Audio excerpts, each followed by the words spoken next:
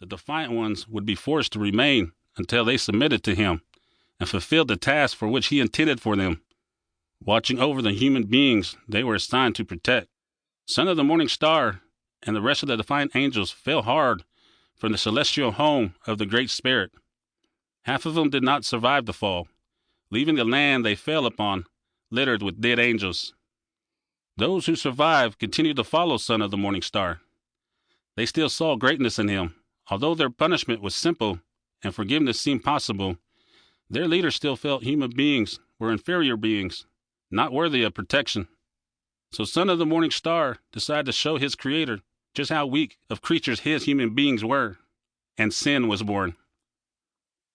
Sin first came about from fruit, but not just regular fruit, sacred fruit, from sacred trees placed on each of the lands by the Great Spirit.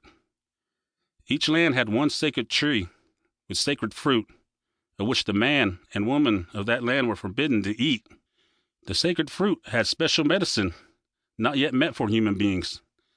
After the fall of his greatest angel and the other defiant angels, he ordered all of his remaining angels and animal spirits to protect the sacred trees of each land.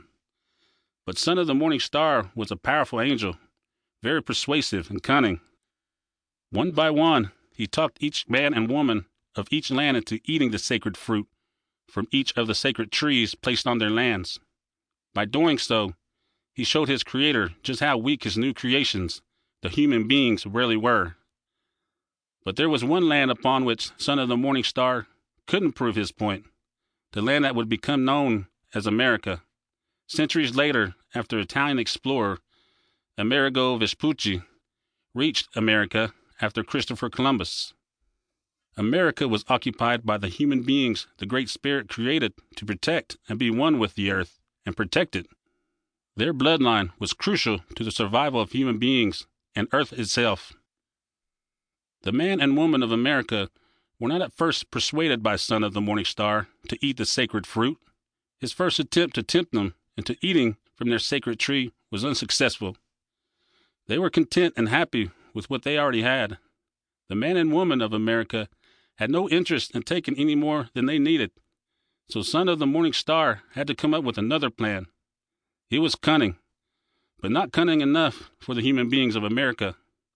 And to make things worse, the protectors of America finally arrived, 2 of them. One angel and one animal spirit, Coyote, were assigned to protect the sacred tree of America. Before they even got settled, there came news from another animal spirit, Hawk, about a great battle in another land that Son of the Morning Star and the defiant angels were winning.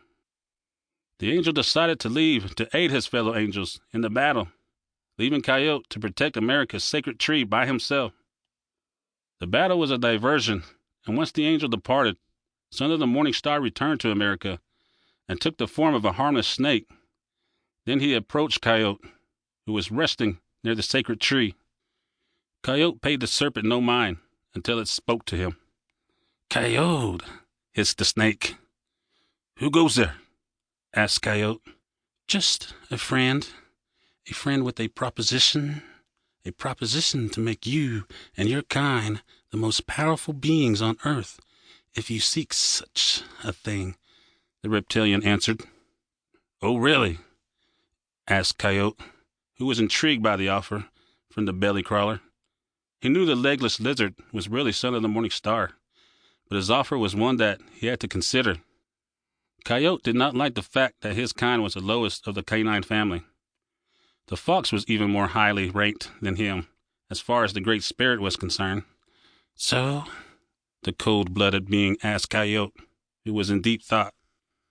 "What do I have to do for you to make my kind the most powerful beings on earth?" Coyote finally asked back, excited by the offer. "Simple. You tricked the man and the woman placed here into eating a fruit from this sacred tree you're protecting, and I'll make sure your kind are the top dogs of all beings. Deal?" The slithering vertebrae asked Coyote, who only had to think about it for a few seconds. "Deal," Coyote quickly answered. The serpent disappeared into thin air right in front of Coyote, only moments before the man and woman who were placed on the land of America approached.